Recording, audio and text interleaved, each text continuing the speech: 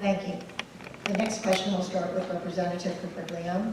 How can Texas work interdepartmentally with the public education system to ensure our students are getting what they need out of school to address the skills they will need for jobs in the future, i.e. research skills, diplomacy, critical and creative thinking, computer languages to count as a foreign language, credits, etc., and not merely memorizing facts and figures? So just first, clear up something on Robin Hood. There is in fact a requirement for Robin Hood dollars to be used specifically for education.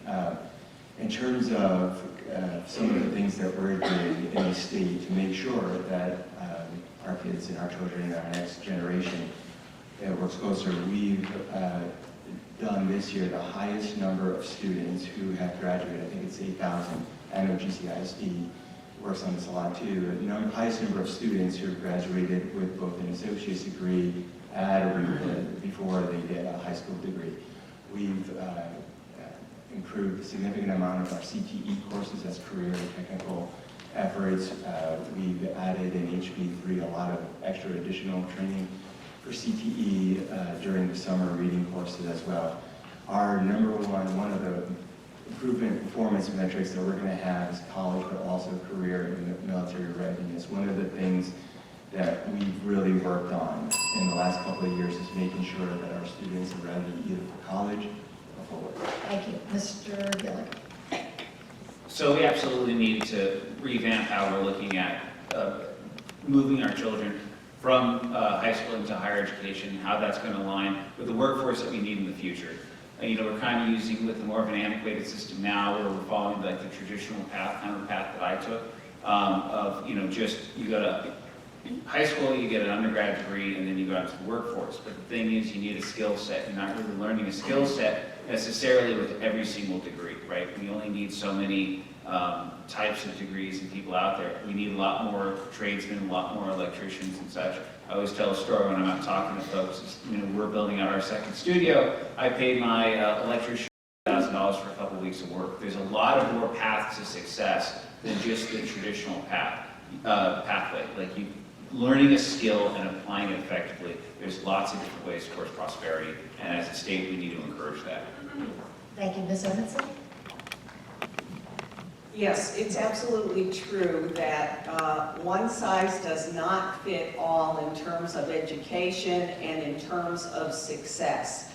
But over the last, 20, 30 years, it's become very standard that if you get a high school diploma and you don't get a college degree, you might be a failure or you're not really up to par as anyone else. And we need to work to get away from that thinking, because not everyone is suited to go to college, and not all college degrees always lead to actual careers. So we need to emphasize and change the focus on giving our students skills, in some cases vocational skills, in some cases specialized IT skills, that when they graduate from high school, they can go and make a decision whether or not they want to go to college or enter into the workforce.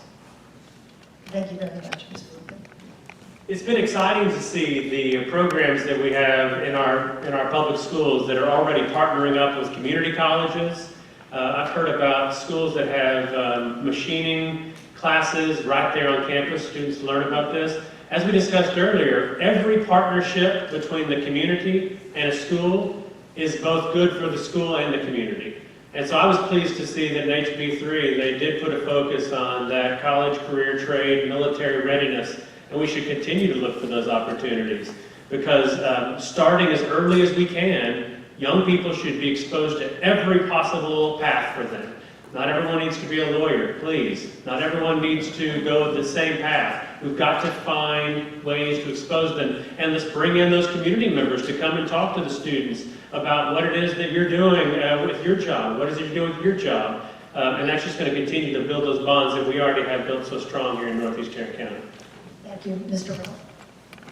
So I can't tell you the last time that I've had to use trigonometry on the job, but one thing that I do have to do every day is work on collaborative teams with other people that may or may not agree with me. So that's a daily thing for me.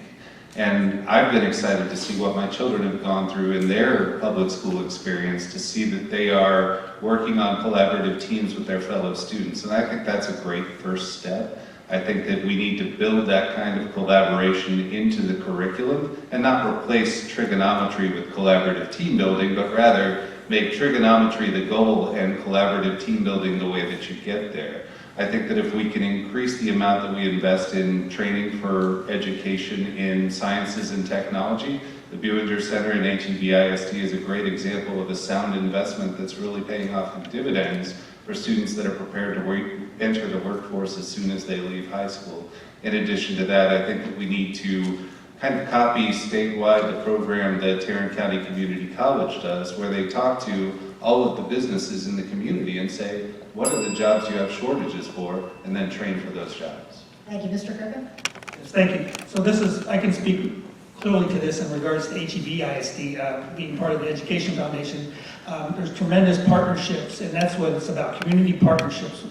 HEB-ISD has a community partnership with the hospital, with THR HEB Hospital. We have a number of different trade things going on. One of the biggest, newest things that we've added there is at HEB-ISD is a partnership with the 3 city fire departments, working with the Buinger Technical Center to train juniors and seniors on being firefighters, and then they're partnering with TCC as they move to that they can finish at TCC with a degree in firefighting, and all they have to do is get their paramedics certification after that. Fire departments are in love with that idea because they have people ready to be firefighters that don't want to go to college. So I think the key is the community partnerships and working with the businesses. We already have the connection with the junior college and with the ISD to make that work, and I think that's the right step forward as we move forward.